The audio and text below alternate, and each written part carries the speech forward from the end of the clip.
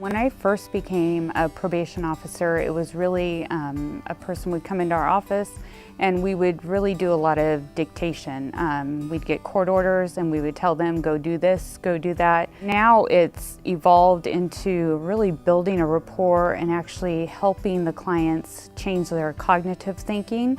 So not only referring them to treatment, but actually interacting with them and helping them change their behavior. When I first got out of prison, I was just lollygagging at home and just thinking what to do, and then I got a call from Anna, and she just introduced me to the SOAR program, and that's what I needed. I'm the type of person that needs some structure. I need something to look forward to every day, and that helped me a lot.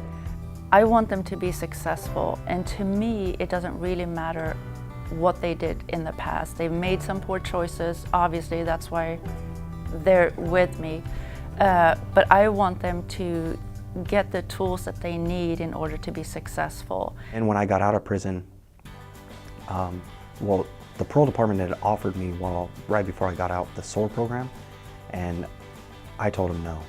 And then 3 months after I got out, I was at Shemekia and I ran into a friend, and he was in a hurry to go somewhere, so as we were walking and talking, he actually walked me right to building 19 and introduced me to Anna.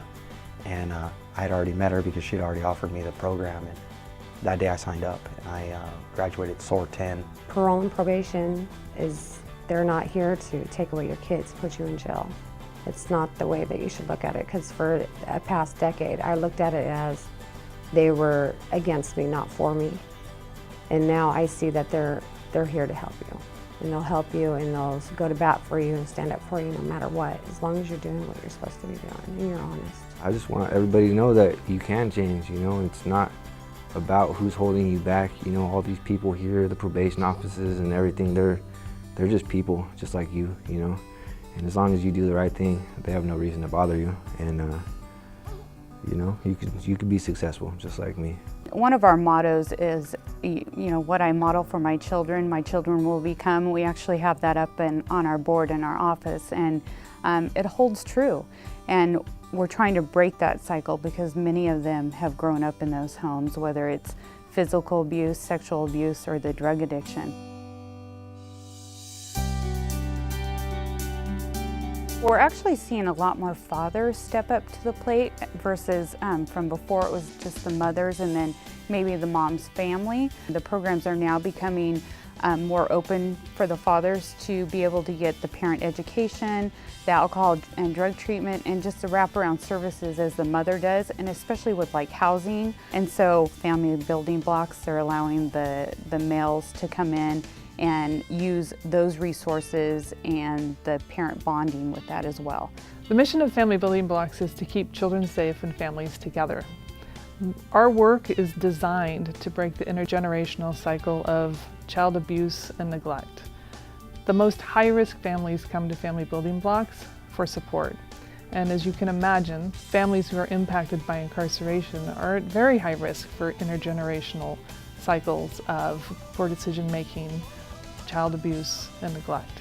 When we did look closely at the data, we were surprised when we saw that 35% of our families are indeed impacted by incarceration in some way. I am talking with the Demunis Resource Center, and going to be into the family. It's put on by the Family Building Blocks. It's to help each parent strengthen the communication. I don't know the title of it yet, but that's something that I had signed up for while I was in the rent class.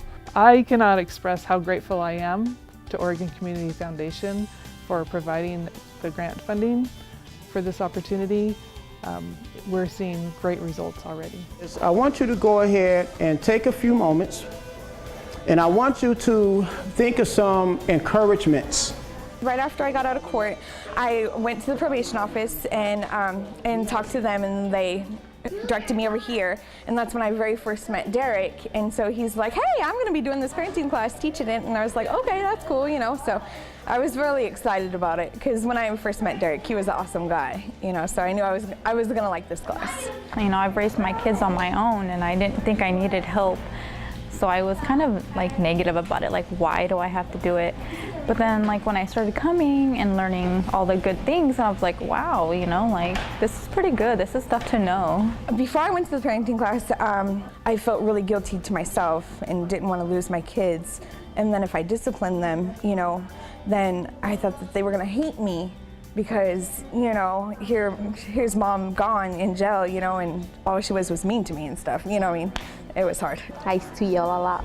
I used to just go pick that up or do this, do that. Now my communication is, you know, I ask them first what do they want to do, how do they feel, the I feel statement, the communication, what is wrong with them. Because every time that they cry, I used to say, be quiet, you know, you don't have to cry. Now I ask them, why are you crying? What can I help you with? That's my big effort to do communication. The most rewarding part, I think, for me, is what I learn from the parents. When I see an aha moment, when I see somebody that's really getting it, and then when people share things that, you know, allow the rest of us to learn from their experiences, I find that really rewarding, and that's what keeps me going. But it's seeing that light come on and realizing that they had a massive understanding, a shift in their own paradigm, if you will. That's nice. Here's your certificate. Thank you.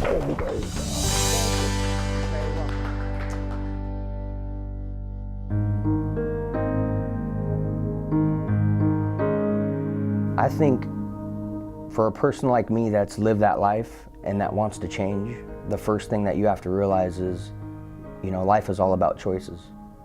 And the first choice that you really have to make is the choice to make the right ones, you know, and it's all about who you put around yourself, you know, and what motivates you. And once you find that, all that really matters is family.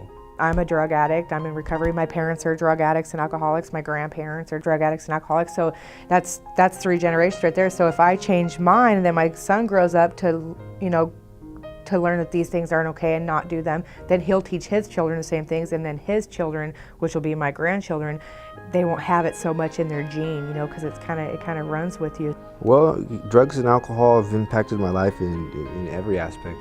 You know, growing up as a kid, you know, wanting to be the cool guy or be socially accepted. You know, I thought that stuff was cool, so I just ran with it as a child, you know. Doing drugs brought lots of friends, you know, and as you get older, they kind of just fade away, most of them. And, you know, then law enforcement gets involved and you end up in jail and life's just miserable, you know. But now, it's, you know, I think that everybody goes through stages in their lives about just, you know, like growing up, I guess. And I finally come to that point in my life where I think it's time to change, you know. And it doesn't seem hard anymore. I feel optimistic and just so, you know, I just feel like, used to feel like people were holding me back, but it was myself holding myself back. Now I just feel like I got the world at my feet and I can do anything I want.